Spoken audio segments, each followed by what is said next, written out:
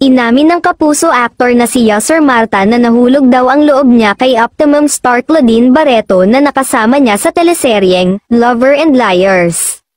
Sa isang episode ng Sarap Diba, noong Sabado, pinili ni kapuso actress Lizelle Lopez si Yasser na maupo sa hot seat. Isa sa mga naitanong sa kanya ay ang tungkol sa closeness nila ni Claudine.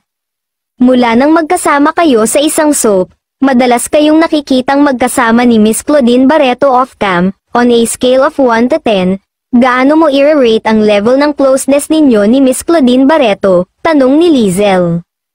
Sagot nito, sa closeness namin ni Miss Clau, 10 talaga, sobrang naging close kami noong ginagawa namin yung Lover and Liars. Alam mo yun, pati yung mga anak niya naging kaibigan ko rin talaga, sagot ni Yasser.